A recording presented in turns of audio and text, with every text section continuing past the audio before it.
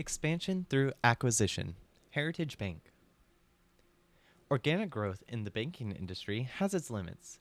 That's why, after several years of steady growth, according to President and CEO Tony Konrade, Heritage Bank began to consider acquisition as a path forwards. Tony started as CEO in 2020. In late 2024, the Topeka-based bank announced it was in the process of acquiring Fidelity State Bank Trust. They closed the deal earlier this year. We identified that Fidelity was a good fit for us early on, Tony said. We reached out to them before it was really for sale, just saying, hey, we'd be interested. Fidelity's history and reputation were attractive to Heritage, as the bank had operated in Topeka for more than 100 years.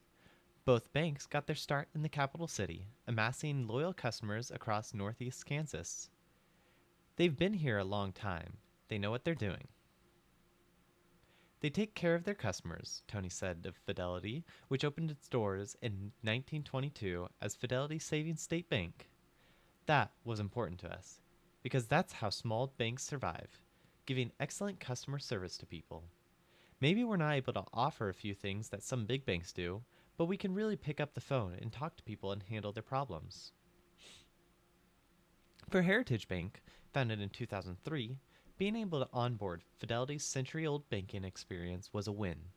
With the merger now complete, Heritage has grown from one branch location to 3 and doubled its assets under management to about $300 million. It also grew from 17 to 47 employees, expanding the bank's front line. Merging the two together allows us to tap into their experienced staffing and their resources, Tony said. According to Alan Toll, former president and CEO of Fidelity, the bank he led knew it needed to expand as well. The shareholders were ready to transition the bank, Alan said. As a small bank, it's hard to compete in today's economy. They decided the best way to do that was to go ahead and sell the bank to another institution. He said Fidelity's owners were intent on keeping the bank locally owned and operated if possible. They got multiple bids and, in show of mutual understanding, saw Heritage as the best fit.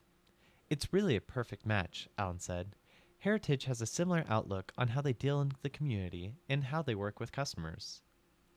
Now, Executive Vice President of Heritage Bank, Alan has played a key role in navigating the merger transition, getting all the stuff working together, he said.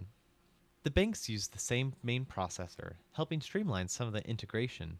Still, other technologies and standard operating procedures differed. We're learning those as we go, very quickly, he said. One of the things I've been told by several customers is that they were really pleased with how little impact it had on the business or on their individual account. There were a few things in the first few days that we spent a lot of time on the phone helping customers get through. But the comments I'm hearing are, we haven't had a lot of difficulty. And what we had, you guys did a fantastic job taking care of us.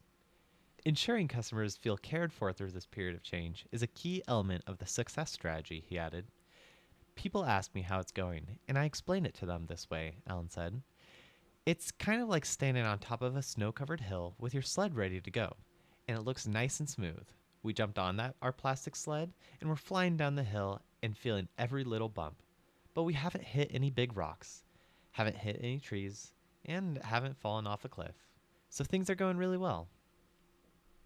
Some of Fidelity's employees had been with the bank longer than Heritage had been in business. When it came to uniting the two teams, Heritage chose to retain all staff, keeping the experience in-house.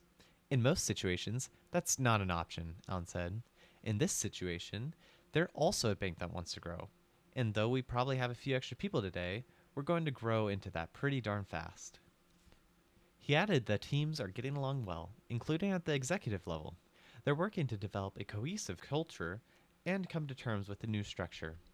It's something we have to do delicately, Alan said. We can't become Fidelity Bank because that's not who Heritage Bank is. We, as past employees of Fidelity, need to recognize, and the employees of Heritage need to recognize, we're all now Heritage Bank. So whatever happens, good or bad, or otherwise, we are all part of that. Both Tony and Alad say that Heritage Fidelity merger is good news for Topeka. One of the things Topeka thrives on and does well is locally owned business and taking care of them, Alan said. We keep being a locally owned bank by merging with Heritage, and now we're twice the size. That creates a lot more opportunities for what we can do to help the community as a whole and help customers and businesses and consumers out here.